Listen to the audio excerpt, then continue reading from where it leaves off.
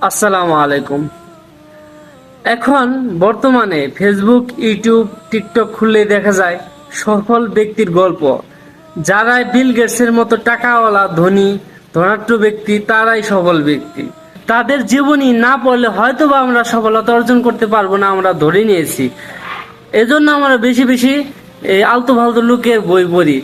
কিন্তু আমার মতে দুনিয়া আখেরাতে যারা সফল ব্যক্তি, তার মধ্যে আমাদের মহান নেতা হযরত মুহাম্মদ সাল্লাল্লাহু আলাইহি সাল্লাম এর জীবনী পড়া আমাদের খুব দরকার। আমরা তার জীবনী পড়ি না।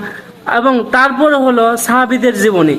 সাহাবীরা যারা দুনিয়াতেই জান্নাতের টিকিট পেয়েছে, তাদের জীবনে আমাদের পড়া দরকার। তাদের জীবনে আমরা পড়ি না। মুসলমান হিসেবে আমাদের তাদের জীবনী পড়লে দুনিয়া ও আখেরাতে আমরা সফলকাম হতে পারবো। ইনশাল্লাহ আমরা তাদের জীবনী পড়বো। তাদের জীবনী পড়ে আমরা সফলকাম হওয়ার চেষ্টা করব ইনশাল্লাহ।